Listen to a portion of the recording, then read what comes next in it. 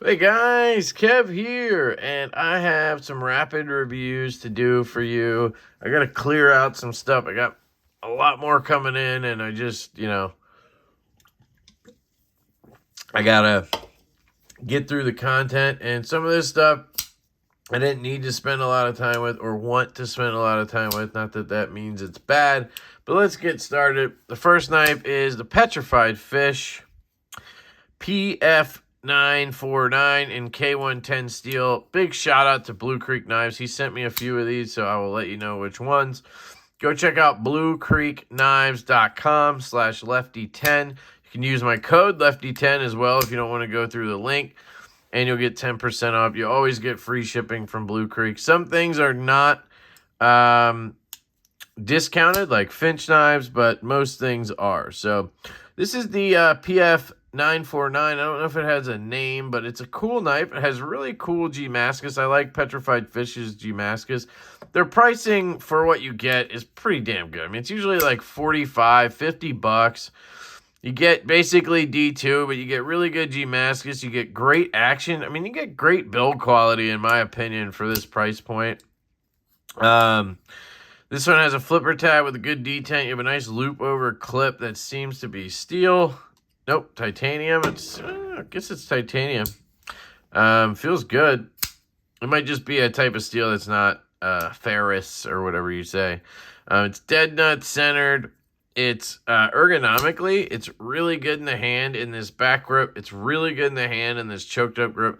I love that it has a forward finger choil, essentially. You have a liner lock, so it works left-handed or right-handed. You do not have a reversible clip, which is kind of a bummer on this knife because it feels very lefty-friendly. You do have a crown spine, which is really neat. It is bead blasted on that part, which is a little bit scary on D2 because it can rust easily and bead blast, rusts faster. You also have T6 hardware, which isn't ideal. If it's on the clip, that's fine. Like on our Divo growler, the clip is T6, but the rest is T8. Then, it's okay with me in that case. I'm not going to be a hypocrite about it. But the detent is really good on this. It has good lock bar access, swings down. It's not a dropper. Now, I didn't take it apart. I didn't carry it for weeks on end and flip it. So it could honestly get better, and drop shut more. I didn't try swapping for skiffs. It's not, it's not really a knife I would do that to at this price point. Once you get over $100, then I'm thinking about skiffs. You know what I mean? There's the rare exception, but even like the growler, I wouldn't expect anybody to go swapping for skiffs in this. Now, currently, you can't. So I want to put that out there for people who are going to try. Skiff doesn't have this size bearing. It's an odd size, like the ball. So I believe the pivot, oh man, I can't remember at this point. I think it's just a 5mm pivot, but then the ball is a random size. But Skip is going to be working on it. So hopefully we will have bearings that'll fit these. And there's some other knives that use these bearings. I think like the first run of Nimbles had this size of ball. That's why those weren't ever able to be switched out. But I don't expect people to do it. And honestly, I don't think on a knife like this, it needs it. You know what I mean? But that's my take. But back to the PF949 over here. It's good. I like it. It's got a good flipper tab, nice and big. I mean, you can light switch it real easy. Push button's hard because it's a very it's a very horizontal button. So like you're just going to really end up light switching it differently. You know what I mean? But that works really good. And if you're into flipper only knives, this is cool. What I would say, I think, is if you dig Sinkovich designs, which he hasn't been very prominent lately, honestly, which is sad. But if you dig Sinkovich designs like the ZT0450 and 0470 and 60, some other designs from him, from Shirogorov, but you just don't have the funds or the budget to pick up one of his knives, this really gives me Sinkovich vibes. And it has a finger choil. So it's like the best of both worlds in that aspect. And it's a budget knife. So if you're wanting to try a Sinkovich and you just don't have the funds, this might be a good gateway to that, to just see how it feels. He also designed the Spyderco Drunken, which is a really good knife. But so yeah, that's the PF 949. Then I have this slip joint from Roscraft Blades, and I can never remember the name of it. I think it's called the Hollis River. I totally botched that. Hold on. I have all the boxes here. Holston River. Sorry, Holston River. And I gotta say, this has to be made by Rough Rider, because I looked up the price and I think it's like $36, and that's with Roscraft making money, right? It's OEM'd, and then they're making money, and then the OEM is making money. It has to be a Rough Rider, because nobody else could make this for, I mean, they probably paid, then your dealers make money like Blue Creek. So this is like maybe a $5-10 knife. You know what I mean? Which is crazy. It's $36 retail, but you get my point. I think that number is accurate. So the walk and talk for that price is astounding. This knife is incredible for the price point. Flush in all three positions, has really good snap to it. Now, the downside to that is it's not very accessible because it's two-bladed. Wait, no, it's not. What am I talking about? Sorry. Because it doesn't have anything to, like, grab. You just have this nail nick, which for me is horrible. I just don't like nail nicks. And it just kind of grabs at your nail there and wants to rip it off for me. And it's a little bit slick because of I guess this would be some kind of a fake bone. It's probably plastic. But I kind of slip. You see how I'm like slipping down it? So for me, somebody who doesn't have like super dry hands or good nails, this is not a great option. But if you're somebody who doesn't have that issue, phenomenal. I mean, if you're trying to get into slip joints and you like the ultra traditional looking ones, I do not. I'm not a GEC guy. It's not my style to get into the real traditionals. Jack Wolf is as far as I go with that, and they're my favorite by far. But I can't deny how good this is, and it's really good in the hand. It's got a good edge on it. I mean, it's sticky sharp. Like, this thing is trying to cut my fingers off, like sticking to my fingers. Downside to that is, sadly, it's D2. That's another reason why it's $36 or whatever. It's in D2, so they can cut costs there. So, I don't know. I love this potential here, though. I'm going to keep an eye out on what they come out with in the future. And if they have any patterns that are, like, if they do a sheep's foot pattern that has, more room to grab the blade and open, and I'm going to be all over it. So, really great job overall in the walk and talk, the build, all of that, the price. The downsides are the D2, the really nail nick only access, which even I can do with shitty nails. So if that's okay with you, but like a Jack Wolf, I can open and close all day. This, it's going to catch me the wrong way at some point, and then I'm going to have to stop. But if you just open your knife and use it and close it, fantastic. So the D2 is a downside, the nail nick is a downside, and then this is just, man, it just drives me nuts. Like, you have such a good knife here, and then you slap this just fucking hunk of steel on the end. Like, it's pretty thick. So, like, I don't even think it would be a good, like, pry bar or screwdriver. I think it's a little too thick for that. So, and then it's not really long enough to be a great pry bar. So you're kind of just half-assing it here. And it's like, why? Just don't even do that. And if you're going to do it, you could have just brought a whole bottle opener off of here or done a two-blade. And that's why I got confused earlier about the two-blade thing, because I was thinking there was something attached here. So I think this is phenomenal, but at the same time, it has some big things that I don't personally like. But if you're into it, fantastic knife. Holston River from Roscraft Blades. The next one is probably my favorite out of the batch. The Finch Knives Reciprocity. This is by far my favorite Finch knife to date. This beats the 1929. This beats the Holiday. Those were my favorites forever. Nothing was coming close to those for a long time. This just surpassed them. It has a fantastic design. I don't love this tidal wave blue stuff. It kind of just looks like plastic to me. A lot of people love these resiny things, and I'm just not into it. I just think it looks like plastic. But, you know, if this was bone or wood or carbon fiber or whatever, you know what I mean? And even as is, fantastic. They got the detent right on this example. Fires out of there. You can, as a Finch knife, you have that kind of flipper where you can light switch it easily. You can push button it easily. You have the nail nick on both sides in this case, so you can reverse flick it easily. Left-handed.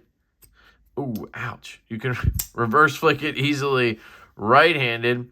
It drops to your nails so well. I mean, look at this. Watch this. Shake down, gone. Lock bar access for me is perfectly fine. You got a nice little cutout there. Get in there, close it. If you want to drop it to your nail, do that.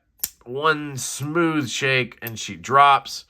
Yeah, this is a winner for me. You know, downsides, price. You know, this one's around 150, I think. And it's still 154 cm. It doesn't even have the hand satin, so I don't even have that excuse for them. So I don't know why this one's so expensive. I really don't. It's still 154 cm, still titanium clip. Why is the 1929 the Holiday 120 or 130 and this one's 150? Inflation. That's all I can come up with is they're keeping the prices the same on previous models, but they're jacking up on new ones to make up for inflation. Costs of using an OEM have gone up. All normal business costs have gone up. So I get it, right? But at the same time, this is not a $150 knife. As fantastic as this is, a steel bolster lock with 154 cm and a stonewash blade is not a $150 knife. When you can get a Bridgeport 395, same concept, OEM project, etc., with 14C titanium liner lock, right? It's a steel liner, but the scales are titanium milled clip on bearings, and you can get that for $135 or something like that now. You know, it makes it hard. It really does. It makes it hard to accept the pricing from Finch, but you got to understand they're a niche product. They're a niche design company. They have a team. They don't have one person, you know, so they have more overhead, and that costs more money, you know. They're using QSP, not Kubi. Could cost more. I mean, it depends on the product. I know it could cost the same probably, but it is badass. It is the best Finch knife so far. So unless the price detracts you, just, you know, like me on it. And for me, you know, steel and 154 just doesn't you know, it doesn't excite me to the point where I want to go spend $150, you know. Even if this was $100, I don't even think I would buy one. Just personally, I'm not in this realm, so to speak. If I go budget, I go for something a little bit different, more like our knife, the Growler, where, you know, I don't know. It's just different. The steel liner lock, the weight there, the titanium. Like, I don't need a knife that's budgety trying to be premium. Like, this isn't trying to be premium. You know what I mean? This is a budget knife. Where this is like, hey, spend a little bit more, and that's not my style. But it's utterly fantastic. So, the long and the short of it, or whatever, is this is a great knife. Best Finch knife ever. It's up to you if it's worth the money you're going to spend on it. So that was shout out to Blue Creek Knives. They also sent me this. I put this in the last rapid reviews, but I still have it because I got to send it back with these. So quick shout out to the 80 20.5. They still have these in stock over at Blue Creek Knives. This is the blacked out version. Fantastic knife. Only downside here really is the AUS 10A and the uncoated lock bar, in my opinion. But definitely check these out on their site. They're still fantastic. You can still get scales from people to pimp them out with fat carbon or whatever you want. Yeah, the 20.5 is fantastic. I really need to get like a 80-20 slim or whatever it is, the custom one in this size, if possible, the compact. Always wanted one of those. So shout out to Blue Creek Knives for sending me all this stuff my way to check out. And I'm going to get those back to you, buddy. Go check out bluecreekknives.com/lefty10. Okay. I have one more. This one is from Urban EDC. And this is the F22 Kickstop. And this is a Jared Ogier design. So the reason I want to knock this one out as well is because of the price tag and everything. I don't really want to mess it up. I just want to get it back to them so they can do whatever they want to do with it. I'm guessing maybe they resell it as used or one of them buys it. I don't know how it works, but it's not my knife. And I don't really want to mess it up because ultimately I know what it is. At this point, guys, you either got to believe me or you don't. But I have handled so many freaking knives over the years that I can gauge a knife almost instantly. Now, I've had this actually for quite a few days. Why does it keep... I don't know why the camera keeps, jostling up to there. Just chill, bro. Just stay where I want you. I'm not even hitting it. It's weird. Sorry. So, yeah, like, I've just handled so many knives that I know, right? Like, I know things. And once I have it in my hand, I can tell you, yes, there are nuances of knives that either get better or worse for me over time. Action and things like that, right? Maybe I don't like something off the bat, and then I end up liking it, etc. But I have a pretty good line on this one, and what I can tell you about it is it's fantastic. It is built extremely well by Riot. The kickstop mechanism is utterly fantastic. If you haven't seen the kickstop, this flipper tab kicks, obviously, and becomes a stop pin. So kick, stop. You see how that is now lined up here? See that gap? That's where this flipper tab starts. And now it is the stop pin. So when I disengage, that is your stop pin / flipper tab. You can see there it's kind of loose. I showed this in the unboxing, so I don't want to go crazy. Pretty sure I unboxed these.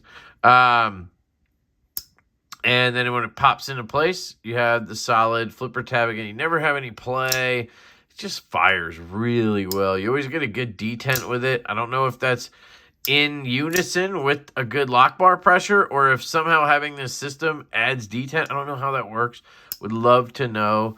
But it is fantastic. Like if I take it from the point and just try to fail it, it fires. You know what I mean? Then it drops to your nail. Smooth shake home. I'm sure if you had a satin one, or if you took the time to oil the detent track and let it break in, because usually, even with Riot, they don't polish that detent track when they use DLC. They just let you wear it in, because it only takes a day of flicking over and over and carrying it for it to break in. Prime example is my F5.5 I got in the same unboxing. DLC coated, just like this. This is now as drop shut as any F5.5 I've had, and it just took a day to break in, right? So if you took this apart, put skiffs in there, did your whole thing, or got a satin one maybe, it would probably get very close to dropping shut on its own, but it's fantastic. The ergos are really good. It's just a neutral shaped handle. It's a little bit thick for my liking, but it works ergonomically. The blade is okay. I mean, it's relatively thin. It's a flat grind, but it's a short blade. So, it's not going to be the best slicer and cutter ever, but it's definitely going to be a great EDC knife. And that's all I ever need. So I'm not here to tell you anything more than that. I love this lock release situation here. This is fantastic. And I definitely want to use it on a knife at some point. Just have this tiny little tab on it. It's similar to what the GOM is doing, except for the GOM has, a bolster up here, where this is like, I don't even know what to call it, which is cool. But it does have that full liner in there. It's almost like a sub-frame lock, because there's no separate liner that's in there. So I guess it is a sub-frame lock. There you go. But yeah, it's really, really cool. I will admit I did not carry it, so I don't even want to speak on the clip, but I'll tell you, let's find out. Goes in, comes out, goes in, comes out, feels fine. Not seeing any red flags. Definitely a shallow carry, that's for sure.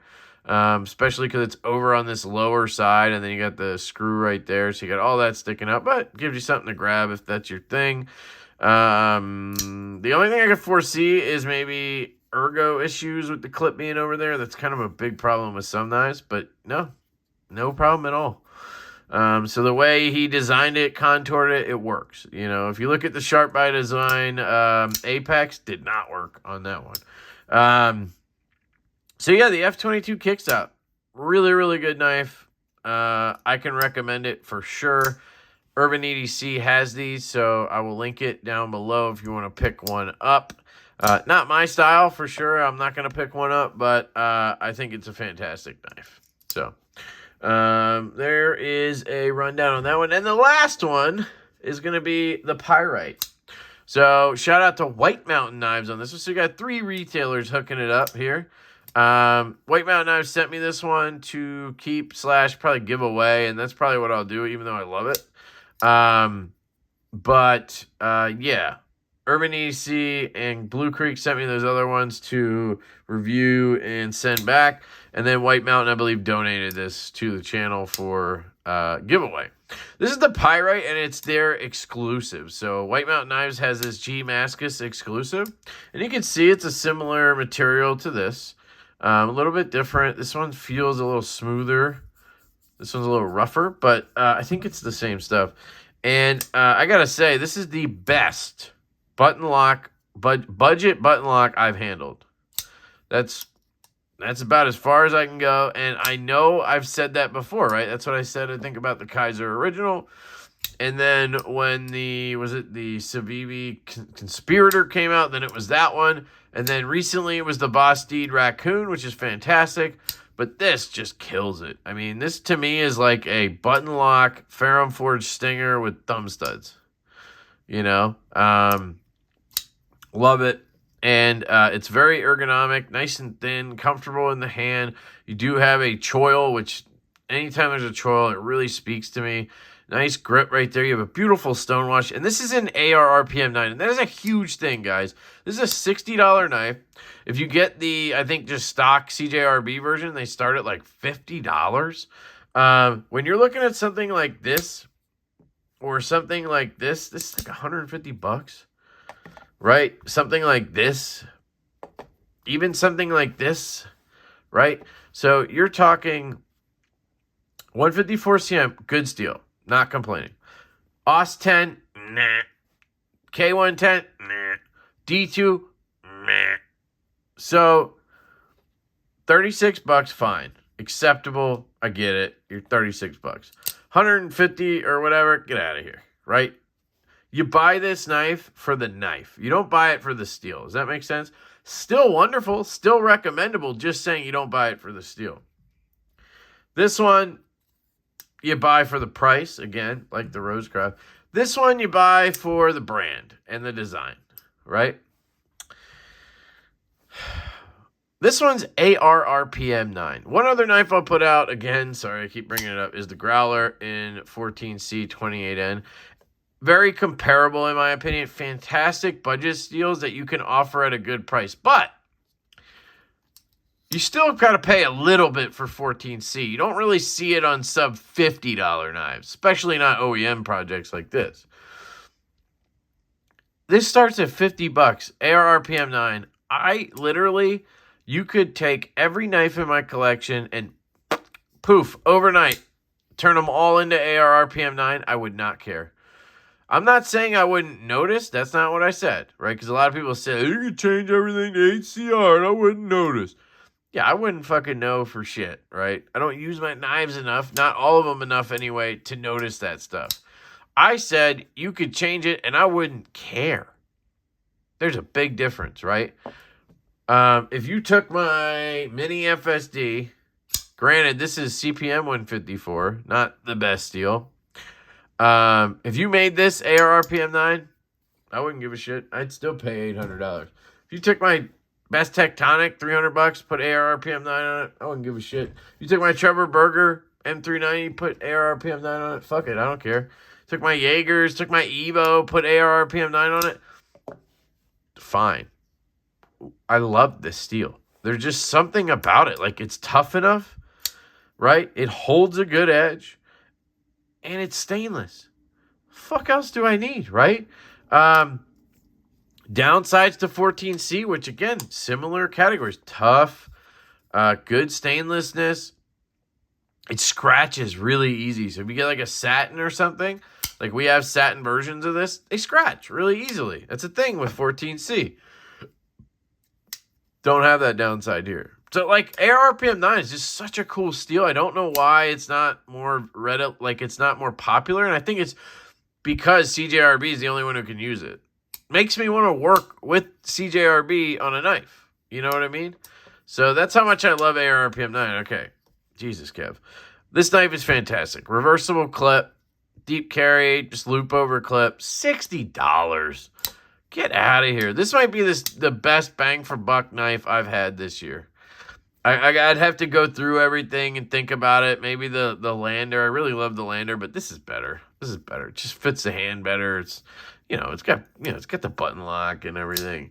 It's so good. $60 fucking dollars.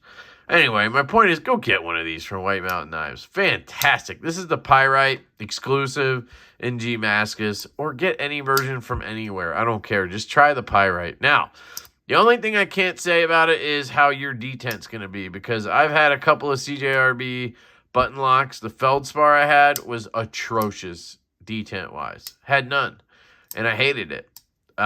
So as long as you get a detent like this, you're good. So anyway, that's where I'm at with these.